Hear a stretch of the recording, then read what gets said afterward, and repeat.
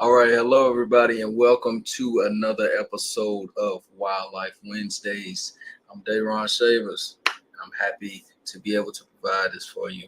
So, as we know at this point in time, it is currently October 9th of 2024. With that in mind, there's also a lot going on in nature, as always, right? So, it's something to think about. Nature's always moving,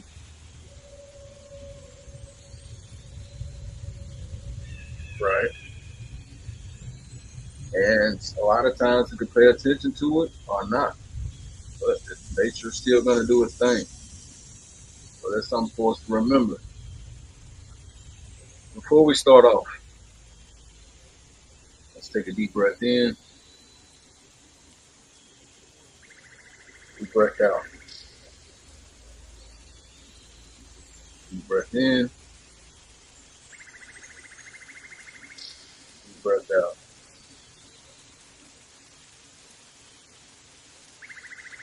Nice. So we're going to start off with a tip and a quote that can really help you out no matter where you are in your day, in your life, is this. Is that always remember that nature has a way of placing us where we need to be. Again, nature has a way of placing us where we need to be. What does that mean? You ever heard the term of being in the right place at the right time?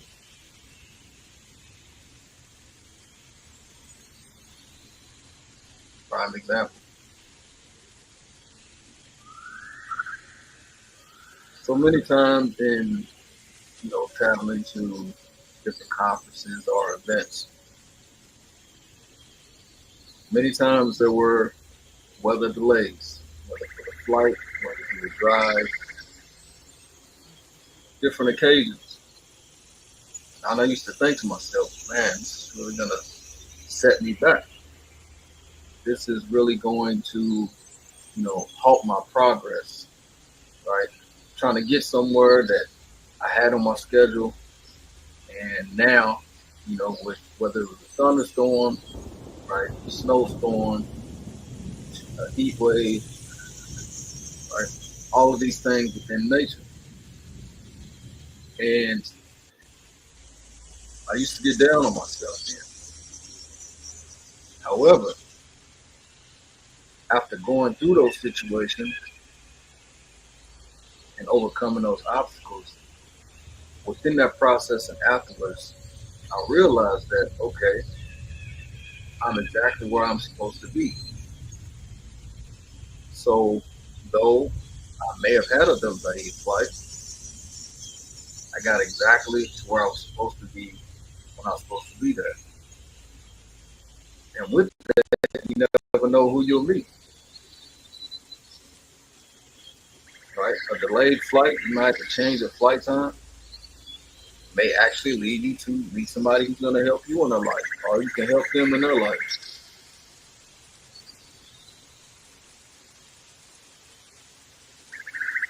Could lead you to an opportunity. You could have a conversation with someone that has an amazing opportunity, and they're looking for someone just like you in order to make that happen. And you could be looking for someone just like them that they can help make it happen. So then you work together, right?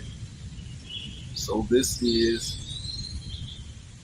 think of like a joint partnership.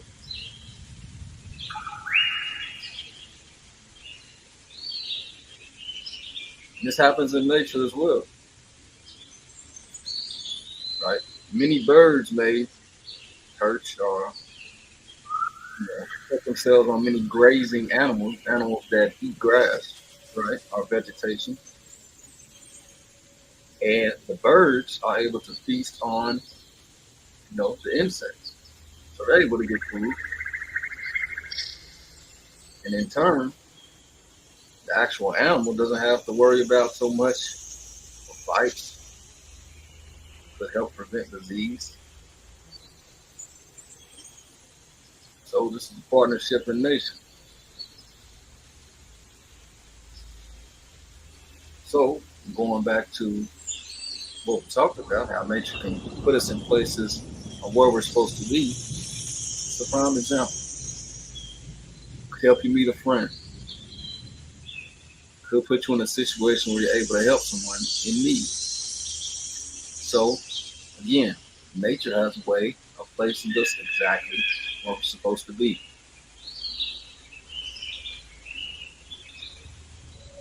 All right. Now, as we go into the news, into the nature field, what's going on? So currently, we have Hurricane Milton, which is right now finest in North America, around the Gulf Coast, maybe parts of Central America as well. It's mainly in the coast, Gulf of Mexico. And right now, it's moving about northeast to eastward, direction-wise.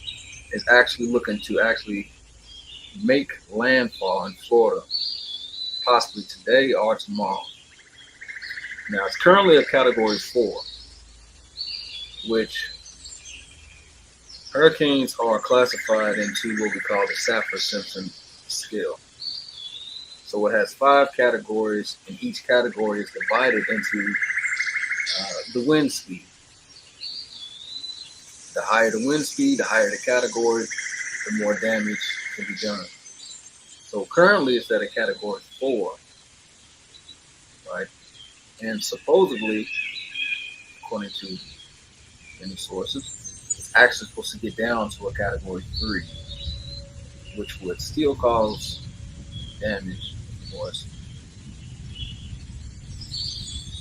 And currently there's an evacuation call going on in many parts of Florida. So supposedly one of the main cities that can currently be in what we call the eye of the storm, the hurricane, good form, is Tampa. So there's currently evacuation orders for people to leave.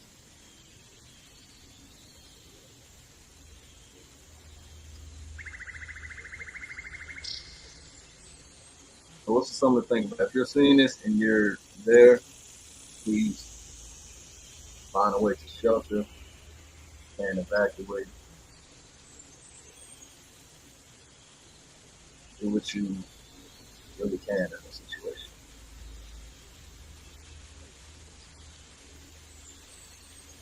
All right. So with that, I want to break down a little bit into some of the things that make a hurricane, right? And we call some of the basic ingredients of a hurricane. It usually starts in a large body of water, right? So Gulf, the ocean, you get it right. And usually the ocean surface's temperature gets higher than about 27 degrees Celsius. So you have a mixture. So keep in mind that hot air rises, low air sinks. So the low pressure, or the low air pressure is, begins to spin horizontally. Again, as this is happening, the hot air is rising. You usually have rain clouds, and over time, it begins to spiral. But this is nature at work. And as it begins to spiral, it begins to move in a direction. Now, what determines the direction is a good question. It begins to move, right? And as it begins to go, many times it becomes stronger. That's where we have the categories. And in some instances, this is what we call the Fujiwara effect. Many hurricanes can actually combine to become stronger. So if there's two hurricanes, right, in close proximity, close to each other, they can actually combine. So we'll say if there's a category 2 and a category 3 hurricane, right, miles within each other, they can actually combine and possibly remain a 3 or rise to a 4.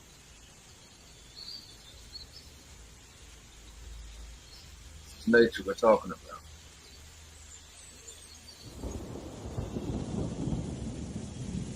Something to think about. And with hurricanes, different weather can happen, right? Cause tornadoes, which in Florida, actually several have been reported. So not only do you have to worry about hurricane damage, strong wind, rain, storm, you also have tornadoes that can take place.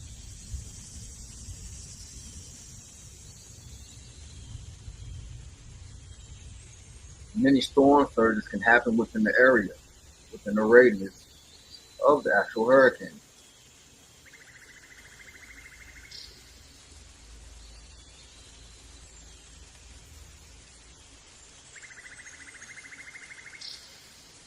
So that's a lot. So this is one of the reasons that the evacuation call was ordered. And according to many meteorologists, this could possibly be the strongest hurricane in Florida in the past century, 100 years. Now, of course, according to data, speculation, nothing is certain. Certainly hope that it doesn't reach that for the fact that many people are still there. So I just want to provide the information. Be sure to research on your own and check it out.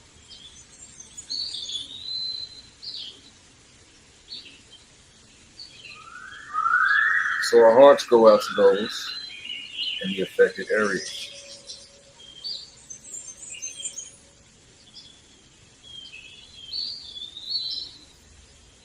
Now,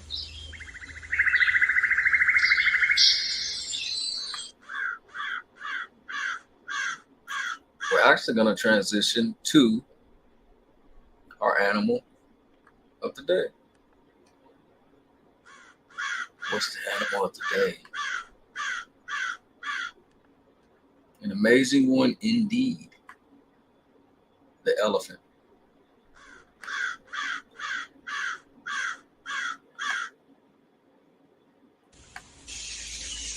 Now, elephants indeed are very majestic, very powerful, and yet actually being close to one can actually sense like the wisdom that they carry. In many indigenous cultures, they're looked at as a symbol of strength, wisdom, nobility. They are respected.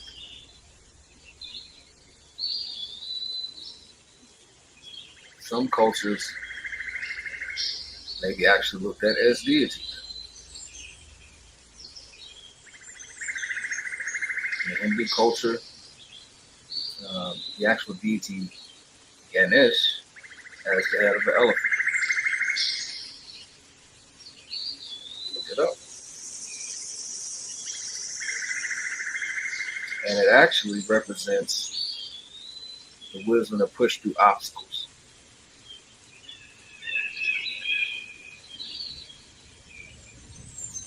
So as we're circling back to our elephant, keep in mind the wisdom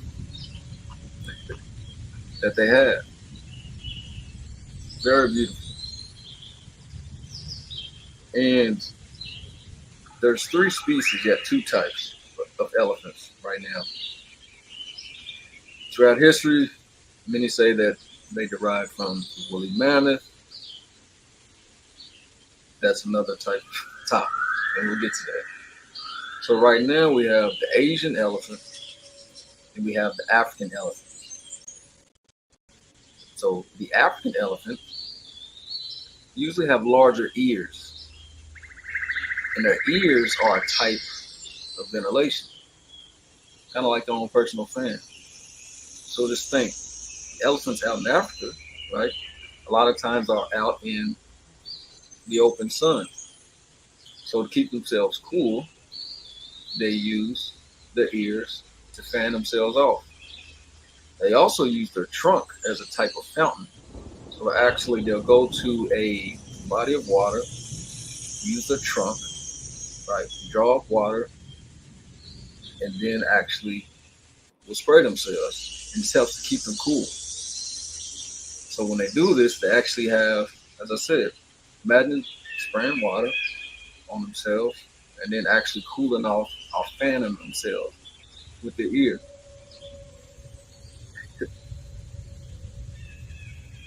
But to me, this is amazing that whether they have evolved or it's how they originally are, that they're able to do this, have their own ventilation system.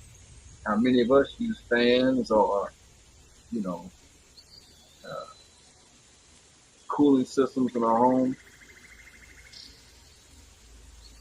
They have their own natural way built in. Pretty dope. Now, the Asian elephant gets around 8,800 pounds, whereas we have the African elephant. One is the African bush elephant, and one is the African forest elephant. Obviously, the African forest elephant spends more time in forested regions. So, the African bush elephant,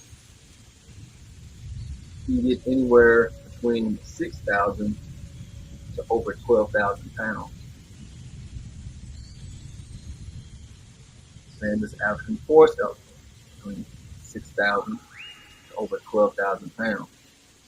Now, this is huge, right? So, if you ever heard the term of, charging bull elephant, which a bull are the males, pretty much when elephants come, they're coming with some speed and adrenaline. The best thing will be to get out of the way, right? Usually when elephants go to the water holes, right, to whether it's a pond, a lake, something to drink water, if animals are in the way, they'll get out of the way. Now you have a herd of elephants. I'm talking about 12,000 pounds coming. It might be a smart idea, right? So this just shows again, like the wisdom, the strength, and nobility that many indigenous cultures view them as, and how they're actually perceived in nature.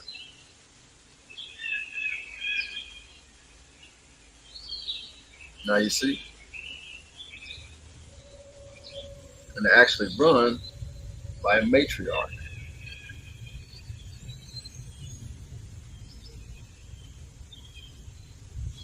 Nature and organization.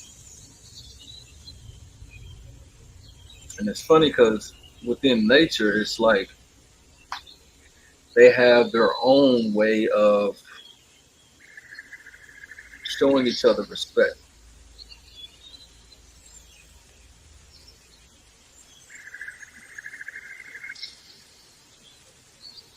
Right? As I said, the elephant comes to the watering hole. A herd of elephants are moving towards a direction. They're moving. Many predators will move out of the way. Now they'll go for, of course, try to go for the little ones. The calves are, the sick and injured elephants, as in many cases. However, a herd of healthy elephants, that actually band together and works together, nah, you better go somewhere else and try. So this is the way of the elephant, how they demand respect in their environment.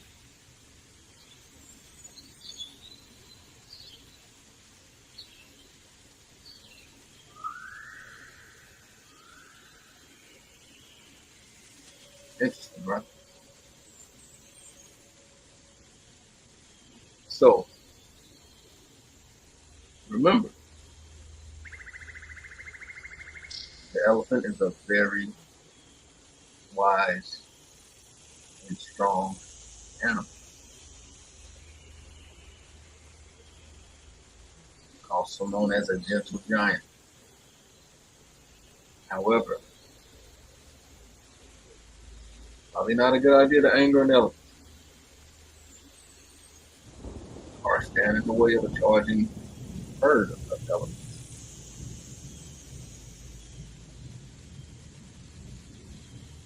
Hold on to that information. All right. And just to recap, again, we went over kind of the situation with Hurricane Milton and pretty much how a hurricane, the ingredients for a hurricane. Remember, ocean surface temperature around or over 27 degrees Celsius. You have that low pressure that begins to move horizontally, kind of in a spiral direction. Then we have the hot air that actually rises, or we'll say a rain cloud. And over time that forms, formation of a hurricane.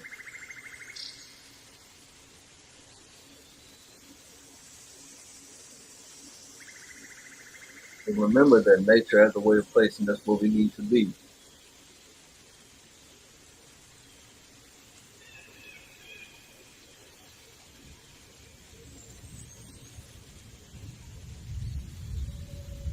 And if you think about it,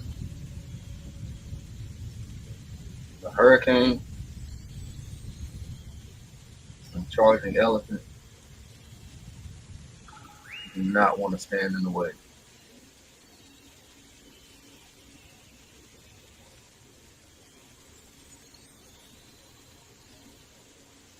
So with that, thanks for tuning in to this episode of Wild Wednesday. Be sure to tune in for a lot more episodes coming. A lot of great content, educational opportunities. And we're just getting started. This is just the beginning. Start of the journey. A lot more. So again, be sure to tune in. Check out the Aniverse Network podcast. And I'll see you on the next episode. Peace. Anyverse Now Enterprises, an animal health organization, is committed to fostering harmony between animals, nature, and humans. We offer a range of services, from Reiki and therapy to comprehensive education, empowering pet owners and communities to coexist in harmony. Join us in creating a world where animals, nature, and humans thrive together. Visit our website at dayronshavers.com to discover how you can be part of this transformative journey.